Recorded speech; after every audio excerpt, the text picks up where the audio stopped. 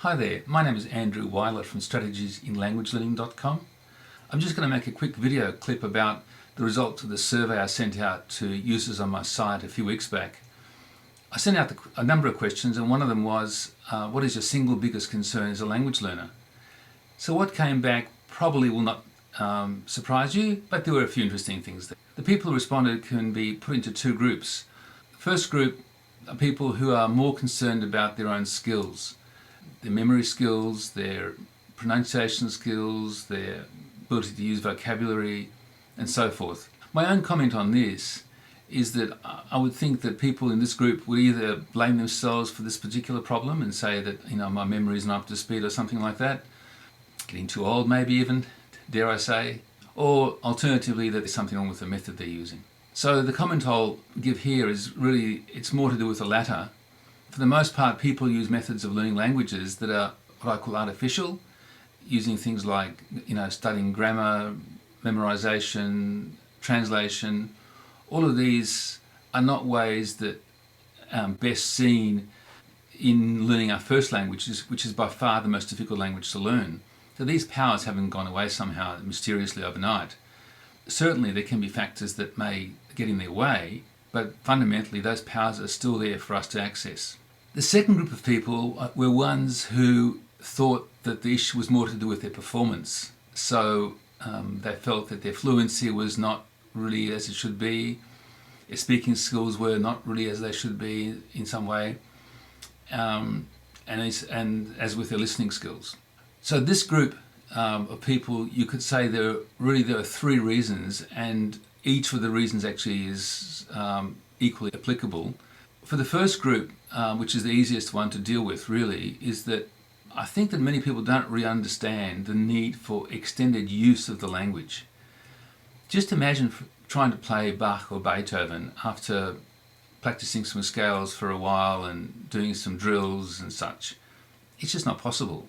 I mean, the people who play Bach or Beethoven have in fact had thousands of hours of extended piano practice. It's the same in language learning. To speak a language fluently and to be able to listen to it comfortably, one needs thousands of hours of extended language use, natural language use. That is really fundamentally important. Which comes back to the second reason, is that there's a lack of opportunity for use. So the lack of opportunity is a very interesting problem that people throw up. I'll just talk to you about where I work, which is in Australia. I have many students who tell me, and I'm sure as an aside that many of you will fall off your seat when I tell you this, that they say they haven't got enough opportunities to speak English in Australia. Well, many reasons for that, and I fully understand it. I don't mean to demean what they say, but the reality is that there is plenty of opportunities. It's just whether one is willing to actually take them. And there are different reasons why people don't take opportunities. And it's the same in non-English speaking countries. I know that there are many opportunities in most places as well. It's just that people don't really seek them out. And why people don't seek them out is they don't understand the need for it, how important it is, and maybe they're not really motivated enough to do what it takes. And the third reason really is to do with their own fears. And fears are really, it's a big issue that comes up for a lot of people. They're too scared of making fools of themselves or not looking as adept as they think they are. And this reason of fears comes back really to the way they've been learning languages. And what happens with many language learning systems or approaches is that people learn some vocabulary, learn some grammar, learn some this, learn some that, and then at some point they hope that they'll become confident and fluent in the use of the language. Where really confidence is something that can be expressed from the very beginning. I'll give you an example of that. So if you can imagine learning to ride a bicycle for the first time, now if you ride it, let's say 100 meters for the very first time, you'll be elated and really have a degree of confidence about the fact, oh my God, I can do this. Now that level of confidence is different to what a BMX cross-country rider feels, but the two are both having some confidence. In fact, I can do this. So confidence is something that can be built into learning something as a skill.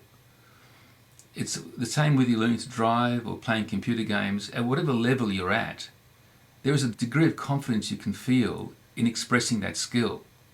So if you're learning language in a way which is not a skill, but learning it, for example, more like knowledge or sort of understanding rather than a skill of using it, then that confidence you may have may be about your understanding or your knowledge about the language, but it's not confidence in the skill. So it's critically important that when one's learning a language, that the skill is being used from day one, and that way confidence can grow organically, or rather trying to bring it in when you're halfway along the process. So the other issue that was raised was the issue of how best to prepare for tests. Well, clearly with some tests, for example TOEFL or IELTS, it's important to prepare for them and actually prepare well and understand the systems that are used. But the best preparation you can have prior to that is bring up your general English language skills. So if your general skills aren't up and your confidence levels aren't up, then doing the test preparation is just not going to do the job. So I encourage you, if you're preparing for tests, go back and ensure that you feel confident about your English. The next thing that came up was, what's the best system for learning languages, given that there are all these different ways of learning languages out there? I'll come back to the previous comment I made, is that confidence is a key marker in learning a language. It's a touchstone. If you're learning a language and you don't feel a certain degree of confidence in the skill that you're learning, I suggest you need to change the way you're learning. Because confidence is something you should feel in the skill. No matter how low the skill level is, do it. Not that I know this, you have to be able to say, yes, I can do this. So if you keep looking for that way of learning, I don't think you can go wrong. I'll talk more about this at a later stage. So that's it for now. Hope you found it interesting. Bye-bye for now.